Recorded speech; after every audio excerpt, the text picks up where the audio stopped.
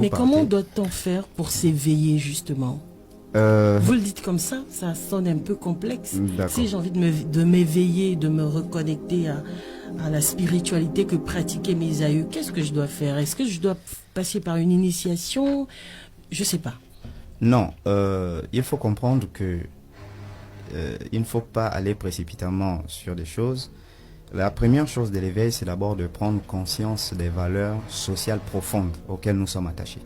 Les Africains sont attachés à des valeurs sociales profondes, à des valeurs traditionnelles, à ne pas confondre avec la spiritualité. Parce que pour arriver à une certaine spiritualité, il faut d'abord s'attacher à des valeurs sociales qui sont propres aux Africains, s'attacher à des valeurs traditionnelles qui sont propres aux Africains, s'attacher à des valeurs culturelles propres aux Africains, des valeurs ancestrales propres aux Africains, et ensuite des valeurs spirituelles. Mais il y a un problème. Le problème, c'est quoi?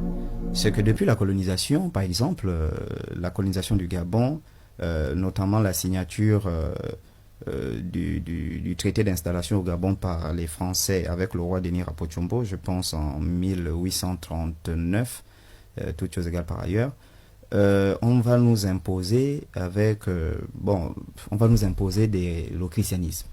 Parce que vous comprenez, ça, on va nous l'imposer. Et donc, c'est déjà un premier obstacle parce que, vous m'avez envoyé le thème, quand on nous impose le christianisme, on nous demande de nous débarrasser de nos valeurs sociales, traditionnelles, culturelles et spirituelles. Donc, première chose d'abord, comme j'ai pour habitude de dire, on était à un point A avant la colonisation. Et la colonisation nous a amené à un point Z. Et ce bilan, il est très négatif. Ça, je vous informe. Le bilan, il est négatif. Et donc, qu'est-ce qu'il faut faire? Il faut revenir d'abord, parce que je disais tout à l'heure, le traité d'installation au Gabon avec les Français, voilà, on parle de 1839, excusez-moi. Il faut revenir d'abord avant la colonisation pour savoir où nous étions. Et à partir de là, maintenant, on dit, bon, c'est là qu'on était. Comment prendre ce qu'on avait là pour reconduire? Alors, où étions-nous, justement, avant ce traité? On était dans nos valeurs sociales profondes, nos valeurs traditionnelles profondes, nos valeurs culturelles, ancestrales et spirituelles. Nous qui avons grandi au village, je vous informe que je prends la Bible judéo-chrétienne, le livre de Lévitique 19, Lévitique 18 à partir du verset 19, on dit, tu ne coucheras point avec une femme quand elle est en période de menstruation. Exactement. C'est pas la Bible qui peut m'apprendre ça. Je vous informe que moi, j'ai grandi avec mes grands-parents qui ne savaient ni lire ni écrire, mais ça nous a été enseigné. Ça veut dire que, en fait, ces choses-là ont même été calquées de nos valeurs profondes. De nos valeurs profondes. Voilà, ça c'est pas la parole de Dieu. C'est pourquoi je dis, ça pose un problème, parce que tous on connaît. Nous, on va même plus loin. Lorsque la femme en menstruation, elle ne doit pas dormir sur le même lit que son mari. Lorsque la femme en menstruation, elle ne doit même pas préparer la nourriture de son mari. Et il y avait des symboles qu'on mettait. Quand une femme mettait des civils à la tête, son mari savait qu'elle est en période rouge.